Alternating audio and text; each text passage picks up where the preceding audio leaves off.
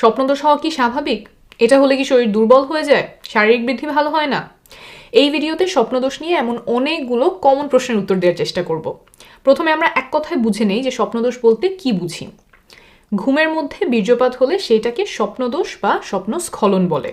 আমাদের অনেকের ধারণা যে শুধুমাত্র ছেলেদের স্বপ্নদোষ হয়, মেয়েদের হয় না, কিন্তু এই ধারণাটা সঠিক না। ছেলে মেয়ে উভয়ের ক্ষেত্রেই স্বপ্নদোষ হতে পারে। মেয়েদের ক্ষেত্রে স্বপ্নদোষ হলে যোনিপথটা ভেজা ভেজা মনে হতে পারে। অনেকেই প্রশ্ন করেন যে স্বপ্নদোষ হওয়ার স্বাভাবিক কিনা। হ্যাঁ, স্বপ্নদোষ হওয়া একটা সম্পূর্ণ স্বাভাবিক শারীরিক প্রক্রিয়া। এতে লজ্জার কিছু নেই, অপরাধবোধ করারও কিছু নেই।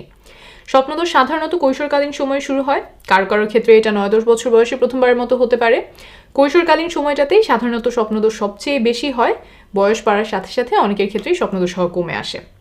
আরেকটা প্রশ্নের উত্তর অনেকেই জানতে চান যে কত ঘন ঘন স্বপ্নদোষ হওয়া স্বাভাবিক, আর কতবার স্বপ্নদোষ হলে সেটা অতিরিক্ত। এর কোনো বাধা ধরা নিয়ম নেই। কারো ক্ষেত্রে দেখা যায় যে সপ্তাহে 2 বার হয়, অনেকের ক্ষেত্রে মাসে হয়তো 1 দিন, আবার কিছু মানুষের ক্ষেত্রে সারা জীবনে একবারও স্বপ্নদোষ হয় না। এর কোনোটাই অস্বাভাবিক নয়। অনেকের মাঝেই এমন কিছু ধারণা প্রচলিত আছে যে ঘন ঘন স্বপ্নদোষ হলে শরীর দুর্বল হয়ে যায়, শক্তি চলে যায়, শারীরিক বৃদ্ধি ভালো হয় না। আবার কেউ কেউ এটাকে অসুস্থতা মনে করেন। কিন্তু এইসব ধারণার পক্ষে কোনো বৈজ্ঞানিক ভিত্তি নেই। স্বপ্নদোষের কারণে শরীর দুর্বল হয় না, ভেঙে পড়ে না, শারীরিক কোনো বৃদ্ধি বাধাগ্রস্ত হয় না, এটা কোনো অসুস্থতাও নয়।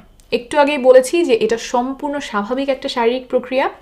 কৈশোরকালে শরীরে যে স্বাভাবিক পরিবর্তনগুলো দেখা যায় তার মধ্যে এইটাও একটা স্বাভাবিক পরিবর্তন। এটা দুশ্চিন্তা করার মতো কিচ্ছু না।